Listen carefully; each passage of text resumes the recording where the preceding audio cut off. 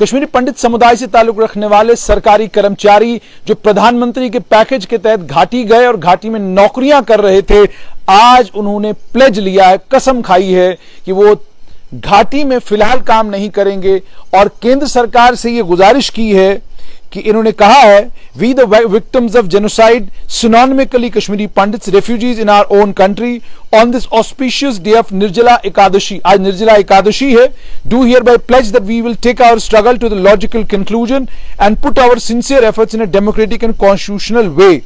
We will try our best to convince the authorities regarding our concerns and genuine demand. We resolve that we demand to get attached to the Office of Relief Commissioner office for a period of at least 3 years till normalcy is restored in the valley and Government of India comes with a practical and amicable plan for our return and rehabilitation in our motherland, Kashmir Valley with honor and dignity. Jai Hind, all PM Packages Employees Forum Kashmir. All PM package employees forum Kashmir ने साफ कर दिया है कि 3 साल तक के लिए कश्मीरी पंडित समुदाय से ताल्लुक रखने वाले सरकारी कर्मचारियों को आप रिलीफ कमिश्नर का दफ्तर जो जम्मू में है उसके साथ फौरन अटैच करें. मैं ये वीडियो भी आपको दिखाना चाहूंगा. ये वीडियो है, ये आप देख सकते हैं, ये वीडियो है.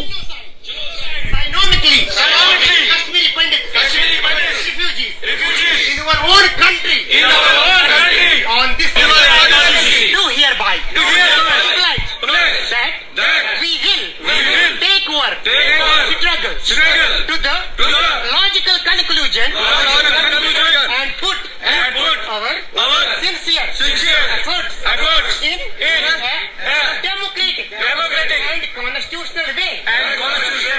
We will try our best to convince and to get attached to the office of Relief Commissioner office for a period of at least 3 years. Till normalcy is restored in the valley and the government of India comes with a practical Kashmir Valley with honor and dignity.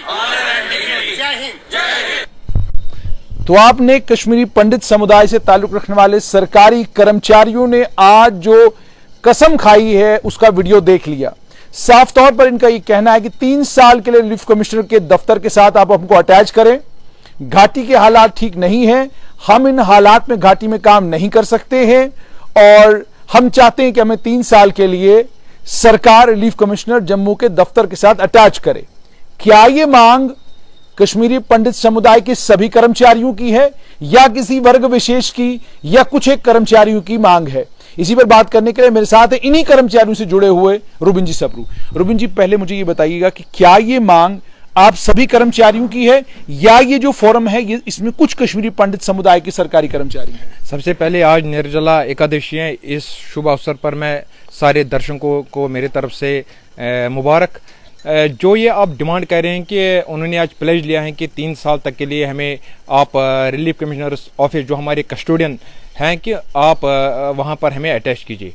मैं मानता हूँ कि जितने भी PM package या non PM package जो हमारे साथ जम्मू बेस्ड एम्प्लॉय जो कश्मीर में काम कर रहे हैं उनकी ये डिमांड है कि हाँ हमें अभी इमीडिएटली जो है कि जो relief and rehabilitation commissioners office है वहाँ हमें आप अटैच कीजिए. ये मांग आपकी भी है या सिर्फ उन्हीं की है? ये सब एम्प्लॉयज की हैं, जितने भी एम्प्लॉयज हैं उनकी है. अब जो ये टाइम पीरियड का है 3 साल, तो ये देखा जाएगा बाद में जब गवर्नमेंट के साथ एक बातचीत, अभी तो हुई नहीं, जब गवर्नमेंट के साथ एक बातचीत का सिलसिला जारी रहेगा तो फिर देखा जाएगा कि टाइम पीरियड का क्या होगा. लेकिन केंद्र सरकार ने जैसे कहा कि आपके लिए 8 सिक्योर जोन बनाए जाएंगे, उन्होंने आपको डिविजनल स्टेटस दे दिया कि आप डिस्ट्रिक्ट कैडर पर नहीं डिविजनल कैडर पर अब काम करेंगे, उसमें आपको मॉनेटरी बेनिफिट्स भी हैं, उसमें आपको पोस्टिंग भी जो है वो शहरों के अंदर मिलेगी और सिक्योर जोन्स में मिलेगी. उसके बावजूद आप रिट्रेट कर रहे हैं कि हम घाटी में काम नहीं करेंगे, तो बात आगे कैसे बढ़ेगी? देखो, ये जो गवर्नमेंट ने ये जो स्टेप्स उठाए हैं, मुझे लगता है कि इसमें जो एम्प्लॉयज हैं शायद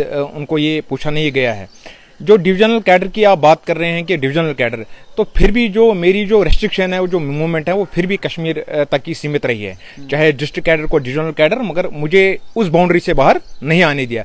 जैसे हम कभी कभी देखते हैं कि यहाँ के एम्प्लॉय हमारे जम्मू से कश्मीर में जॉब करते हैं, कश्मीर के एम्प्लॉय जम्मू में भी जॉब करते हैं, मगर जब आपने इसको कन्फाइनेड बनाया डिविजनल कैडर तक, तो इसका मतलब है हमें पर तब तक जब तक हमें रिटायरमेंट हो जाएगी तो हमें कोई रेस्पेक्ट नहीं मिलेगा, हमें वहीं जॉब करना है.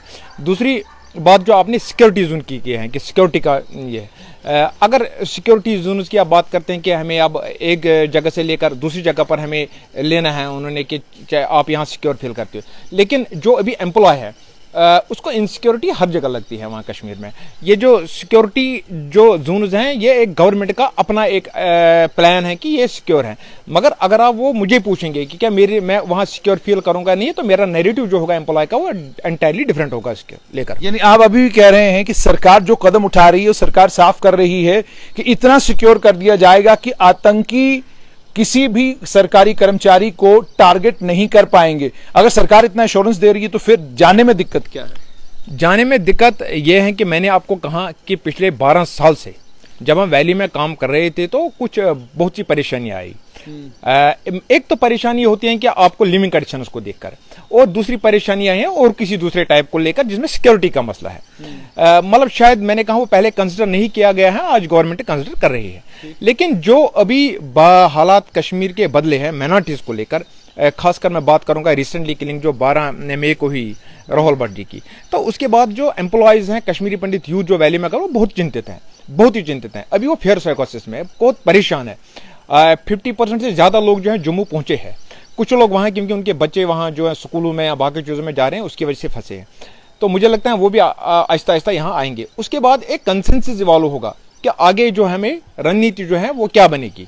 अभी हम एम्प्लॉयज के साथ सारे जो है वो टच में है, तो मैं मानता हूं कि इस जगह पर अगर हम कोई प्रीमेच्योर डिसीजन लेंगे तो वो अच्छा नहीं होगा, बाद में इस पर जो है सारी चीजों के ऊपर बात की जाएगी। यानी आप ये कह रहे हैं कि अभी आपने फैसला साफ तौर पर नहीं लिया है क्या? लेकिन मैं ये मानकर चलूं कि सरकार ने जो आपको एश्योरेंस दिया है, जो सरकार ने आपके सामने टेबल पर रखा है, आपको वो कबूल है या नहीं? देखो, जो पहले राउंड की टॉक्स उपराज्यपाल महोदय से हुई है, जो एम्प्लॉयज की टॉक्स हुई हैं पहले में, वहां भी खुलकर बातचीत हुई है, ऐसा बात नहीं है।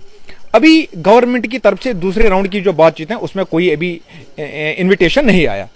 जो ही एम्प्लॉयज को दूसरे राउंड के लिए इनवाइट किया जाएगा तो खुलकर बातचीत होगी, इसमें कोई नहीं है कि सरकार और एम्प्लॉय के बीच में तो ये बातचीत का सिलसिला जो जारी रहेगा। लेकिन ये जो इस मतलब सिक्योरिटी का जो मसला है, मैंने कहा कि इस वक्त जो एम्प्लॉय अपनी प्रमोशन को लेकर या उसको और कोई बेनिफिट दिया जाए वो उससे कोई खुश नहीं है। मैं मानता हूं कि ये एक प्रोसेस होता है एम्प्लॉयमेंट का, एम्प्लॉय को बेनिफिट पहुंचाना, वो चीजें चलती हैं। लेकिन यहां ज्यादा कंसर्न है लाइफ का, जो एट रिस्क पर है। जब लाइफ हमारी सिक्योर होगी तो तभी बाकी चीजें देखे जाएंगे। लेकिन जो आपको डिविजनल कैडर में लाने की बात की गई है, प्रमोशन देने की बात कर गई, क्या आप उससे खुश?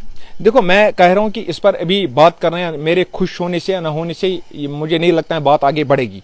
बात है कि ये एक प्रोसेस है, ये चलता रहते हैं ये चीजें। लेकिन जी फिर मुझे बताइएगा कि आपको रिहेबिलिटेट घाटी में करना तो फिर बहुत मुश्किल है, क्योंकि हालात बिल्कुल ठीक हो जाएं घाटी में इसकी संभावना बहुत कम है, क्योंकि छुटपुट वारदातें तो घाटी में तब भी होती रहेंगी जब बहुत अच्छे हालात होंगे। पीछे अगर आप 2010 के से लेकर 2018 तक के पीरियड को भी देखेंगे, एक वक्त मिलिटेंसी बिल्कुल जीरो थी, लगभग वहां पर आतंकवाद लगभग खत्म हो गया था। लेकिन फिर दूसरा दौर आ गया, बुरहान वानी का पीरियड आ गया, तो दोबारा से आतंकवाद एक और फेज में, तो ये फेजेस में आता जाता सिलसिला रहेगा। तो इस तरीके से तो अगर ये एटीट्यूड आपका रहेगा फिर तो कश्मीरी पंडित समुदाय को घाटी में वापस रिहेबिलिटेट होना मुश्किल होगा। नहीं, ऐसी बात नहीं है। देखिए, जो मैंने आपको कहा कि जो कश्मीरी पंडित है 90 से ही उसके साथ ये जो किलिंग्स हैं वो सिलसिला जारी रहा है। कभी अगर हम देखेंगे बीच में मैसेकर्स भी हुए, ऐसी बात नहीं है कि नहीं हुए। लेकिन जो पिछले कुछ सालों से या लास्ट 2021 से अगर हम देखेंगे तो आप डायरेक्ट कश्मीरी पंडित जो है उसको या मिनॉरिटी कम्युनिटी को उसको टारगेट बनाया जाता है। और सबसे अनफॉर्चुनेट पार्ट है कि जब आप टारगेट उसको वर्किंग प्लेस पर बना रहे हैं, क्योंकि उसकी सेफ्टी कहाँ है? देखो, मैं वहां जॉब करने गया, मुझे तो और कोई काम है नहीं, मेरे लिमिटेड जो स्कोप है वो जॉब से है।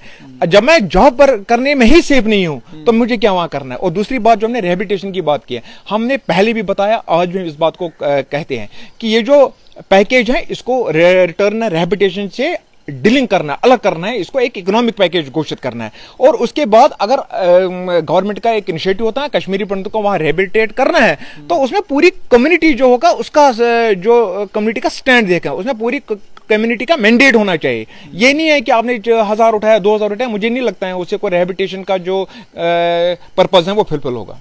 जैसे आपने कहा रिहेबिलिटेशन का पर्पज फुलफिल नहीं होगा, मुझे एक चीज बताइएगा रुबिन जी, आप 12 साल से घाटी में काम कर रहे हैं, कभी आपका मन किया कि आप वहां पर कहीं शहर में प्लॉट खरीदें अपने लिए छोटा सा, ताकि वहां पर अपना एक छोटा सा मकान बनाएं? कभी नहीं।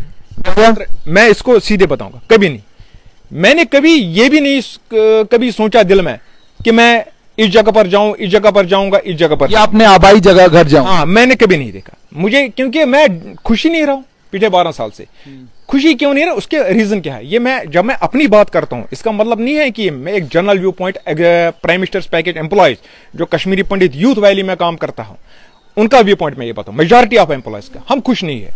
हमारे साथ मैं बोलता हूं कि जो 90 में एग्जोडस हमारा हुआ, ये उससे भी बदतर एग्जोडस था जो हमारा हुआ। जिस जिस्म के अंग पहले ही कटे थे, आपने फिर आहिस्ता आहिस्ता उसको एक और अंग काटा। मतलब मेरी फैमिली यहाँ, हर एक की फैमिली यहाँ है, वो जिस तरह हालात का शिकार हो गई, फिर उसके साथ साथ जिस क्लाइमेट में रहते थे, जम्मू में आना पड़ा, हॉट क्लाइमेट है यहाँ तो हम बैठे आहिस्ता आहिस्ता। अगर आप देखेंगे हर एक घर में कश्मीरी पंडित की, आप देखो सिचुएशन क्या है वहाँ। आप देखिए, अगर 4 आदमी हैं तो 3 पेशेंट जो बेड पर हैं। ये जो है हमारे साथ हालात जो हुए हैं, मतलब सारे फैमिली मेंबर्स यहाँ हैं।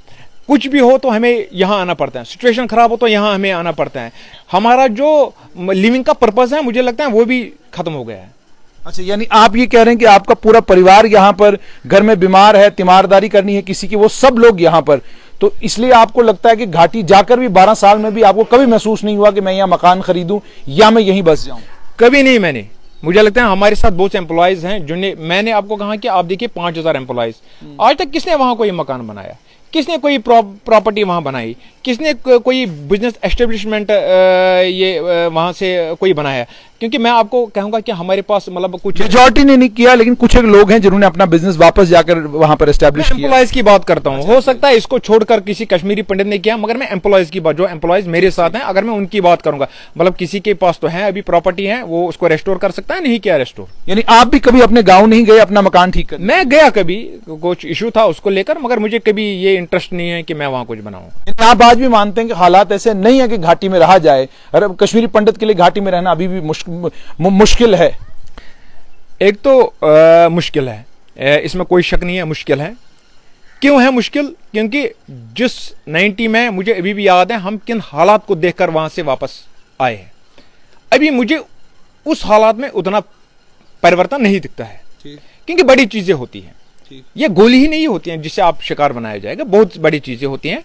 मुझे लगता है अभी वो चीजें जो है उनको ठीक करने की जरूरत है। दूसरी जो है, हमारा कंसर्न है हमारी फैमिलीज। अक्सर ये क्वेश्चन पूछा जाता है कि नहीं भाई, आप एम्प्लॉय हो, आपको तो कहीं भी करता है, जम्मू का या कश्मीर के एम्प्लॉय, वो कभी दिल्ली में भी जॉब करते हैं, तो फैमिली नहीं है। लेकिन हमारे मसले में है। क्यों है? क्योंकि इस पैकेज को रिहेबिलिटेशन के साथ जोड़ा गया है। अगर रिहेबिलिटेशन के साथ जोड़ा गया तो सारी फैमिली में यहाँ नहीं ना छोड़ूंगा, तो मैं अकेले वहां रिहेबिलिटेट हो जाऊंगा। मुझे लगता है यहाँ ये कंसर्न है और गवर्नमेंट को इसको देखने की जरूरत है। गवर्नमेंट को इसको देखने की जरूरत है। घाटी में कश्मीरी पंडित कर्मचारी घाटी गए तो जरूर, लेकिन केवल वहां पर नौकरी करने के लिए गए हैं। हम वहां बसने बिल्कुल नहीं गए। मैं, इनकी प्रॉपर्टी वहां पर है, मैं देखने के लिए वहां पर गया, लेकिन मकान बनाने का कभी दिल नहीं किया। मेरा कभी दिल नहीं किया कि मैं प्लॉट खरीदूं, प्लॉट खरीदकर वहां पर अपना छोटा सा एक आशियाना बनाऊं। ये कहना है रुबिन जी सप्रू का, और इनका ये कहना है कि ऐसे ही विचार बाकी सरकारी कर्मचारी, कश्मीरी पंडित समाज से ताल्लुक रखने वाले बाकी पीएम पैकेज के कर्मचारियों का है। सवाल अब यह है कि आज जो कसम खाई है कश्मीरी पंडित समुदाय के सरकारी कर्मचारियों ने कि 3 साल के लिए उन्हें रिलीफ कमिश्नर के दफ्तर के साथ जोड़ दिया जाए और 3 साल तक हालात घाटी के इतने ठीक कर लिए जाएं कि उसके बाद वो घाटी में दोबारा नौकरी करने के लिए तैयार है। साफ ये कि घाटी से बाहर नहीं निकलेंगे, लेकिन हालात अभी साजगार नहीं है। अभी हमें घाटी से बाहर ले आइए, बाद में हम दोबारा वापस नौकरी करने के लिए घाटी जाएंगे। असल मुद्दा यह है कि कश्मीरी पंडित समाज के लोग अब जम्मू संभाग में और जम्मू डिस्ट्रिक्ट में बस चुके हैं, मकान बना चुके हैं, परिवार यहीं पर इनके रहते हैं, और परिवार में 2-2, 3-3 लोग बीमार हैं। जैसे इन्होंने कहा, एक आधा आदमी बुजुर्ग जरूर घर में है जिसके ख्याल रखने के लिए किसी का होना बहुत ज्यादा जरूरी है। ये सब कंसर्न्स इनके हैं। अब देखना यह है कि सरकार इसको लेकर करती क्या है।